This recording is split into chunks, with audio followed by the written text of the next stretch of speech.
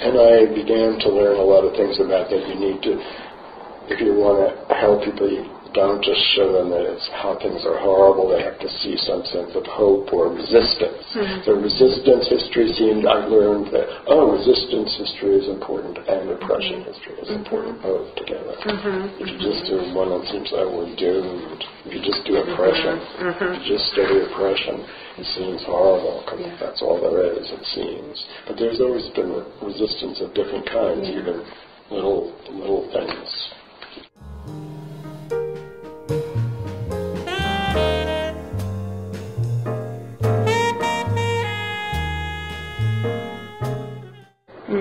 In 1965, I started teaching in an education program called SEEK, in which all of my students came from colonized settings, and I read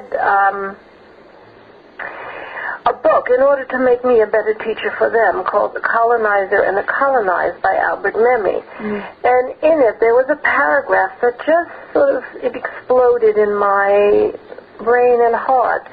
It was, the first sentence was, the colonized, just ask the colonized about, and I'll use the her pronoun, her past. At best, she can give one or two names as they float through memory. And the last sentence was, the colonized are condemned to lose their memory. Now, I responded to that paragraph. I said, there was Gertrude Stein and there was, but what about all those women that stood with me in those bars, that touched me in those bars, that took on the police?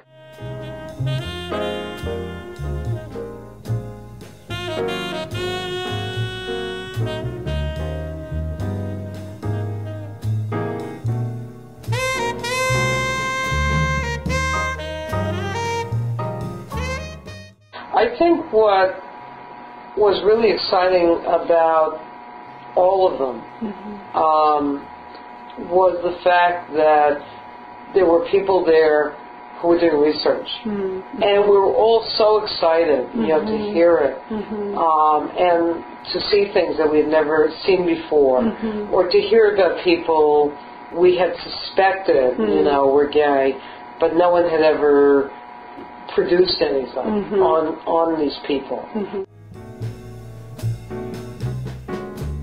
I still had a lot of personal ties to women from that group. In ways that lasted for quite a long time. That were very endearing in some ways.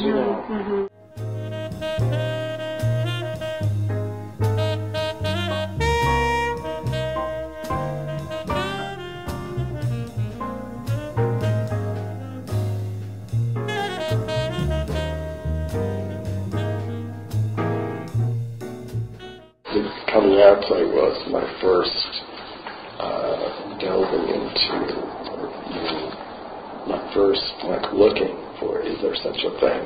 Are there such documents? Are there any documents? And then I found that there were hundreds and thousands of documents. There wasn't a problem of lack of documents, that nobody had paid attention to them, they just weren't interested until the gay movement came along, and then some of us in the gay movement got interested. It was very clear this might be the only chance to get any of this out in the world, and that's why I put everything in that I knew, and that I discovered even, things, that's where the footnotes are so extensive, it turned out really good.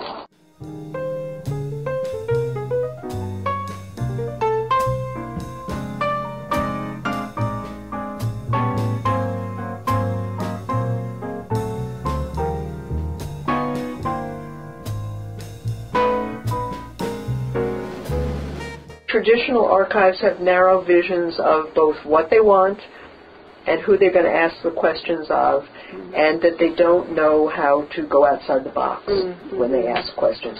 And so they get in-the-box answers. And so radical archiving, to me, really means being able to break the boundaries, the traditions of what's acceptable, and what's taboo, and what kinds of questions you ask, and that's the important piece for me.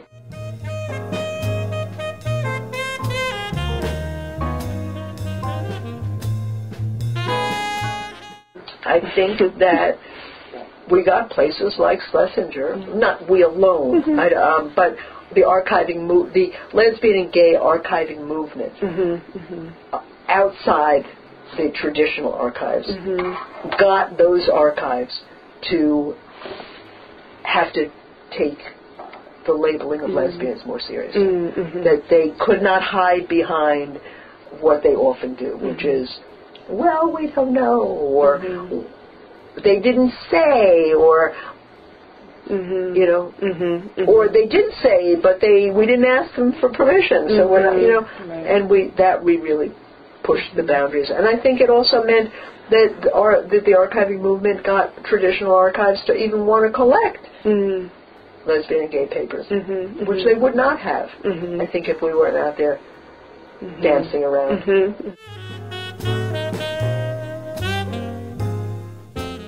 The only way you could have any ground to stand on in those times, and I'm thinking of the McCarthy period, was the same thing. You either accepted how you were seen by the state as a moment of national perversion, of individual perversion, of ideological perversion, or you carved out some space to say, no, I'm not. I'm someone who believes in social justice. I'm part of a long line of people like Paul Robeson. You know, I have these names, and out of that comes the beginning of an identity.